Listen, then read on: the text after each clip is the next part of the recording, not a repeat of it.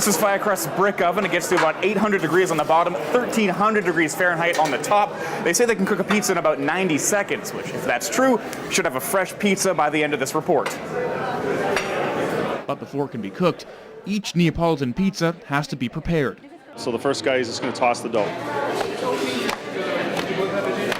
So you'll have a cheese base or just maybe a tomato base only, and then you'll just walk the line. You'll go to the meat section, put a meat on it, go to the vegetable section, throw a veggie on it. Some green peppers and some red peppers, please. So once we get the pizza, we actually stretch it out a little bit. We kind of give it a little bit, reduce the surface tension on the peel. Try to find the hottest spot based upon the pizza. So if we have a white pizza, we'll cook it a little bit further in the front. If it has sauce, we can actually put it further in the back so it doesn't burn the top.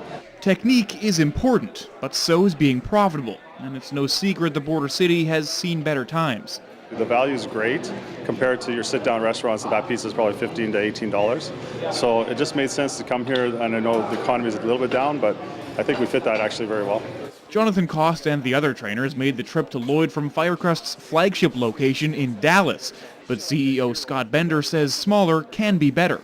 If you open in a big city, you're kind of lost in the shuffle. A community like this, you have people coming in, they see you being built, they come in and try you out. So you got a better shot at that initial approach to the cities. That means for once, Edmontonians and Saskatoonians will need to come to the border for a unique experience, at least until this summer when Firecrest opens in Edmonton.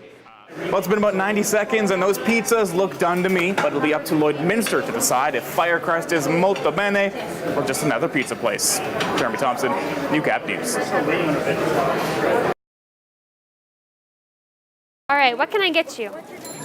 When fans come to a Bobcat hockey game, they expect to be entertained. But the Civic Center's concession is just as important as the game itself.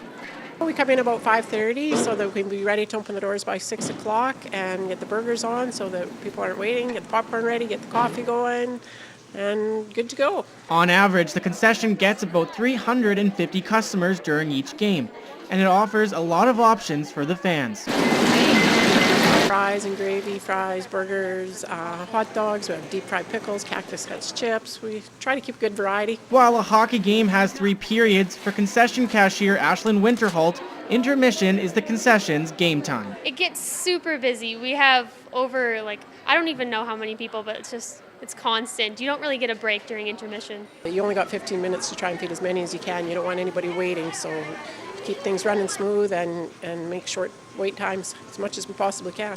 So you want a hot dog? What kind of chips? It's fun. I enjoy working here. I just love talking to people, and I love how happy they are when they come and see me. And of course, you can't have a concession without this one item on the menu. Popcorn, hands down.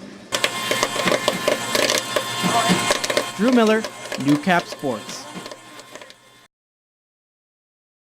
The Lloydminster Fire Department and RCMP arrived shortly after the dispatch and found a trailer fully involved in flames. At this point in time, the fire is still under investigation, both by the Lloydminster RCMP working in conjunction with the Lloydminster Fire Department. There was some foot traffic in the area, and the RCMP are just requesting that if anybody observed anything out of the ordinary or may have any information about what occurred here tonight, they can give us a shout, and they can reach us at 780-808-8400.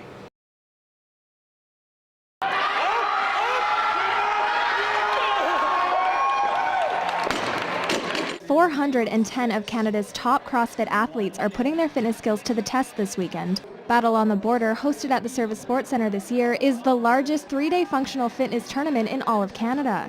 We moved here because we had more athletes. We need a bigger venue just to accommodate it. There's athletes from all over Canada, lots from obviously Western Canada here, with some people from up north and some from BC and Manitoba. It's a great showing this year. A handful of participating teams are homegrown talent. Director of the event, Curtis Johnson, says the 72 teams are judged on a variety of functional movements and workouts. Can you lift heavy weight, but can you run long distance? Are you powerful? Are you agile? Do you have balance? It's a combination of being fit, so being athletic. The competitors who accumulate the most points over the weekend are awarded first, second, and third place. Johnson says it's awesome to have an event like this in Lloydminster, with many locals coming out to watch the fitness talent from other areas. I think in CrossFit and these functional fitness competitions, it's the atmosphere, it's the community, it's being able to compete against other people, seeing where you come, where your fitness compares to them. But again, it's a fun weekend where people get to come together and hang out with their friends, work out. Hannah Tita, Newcap News.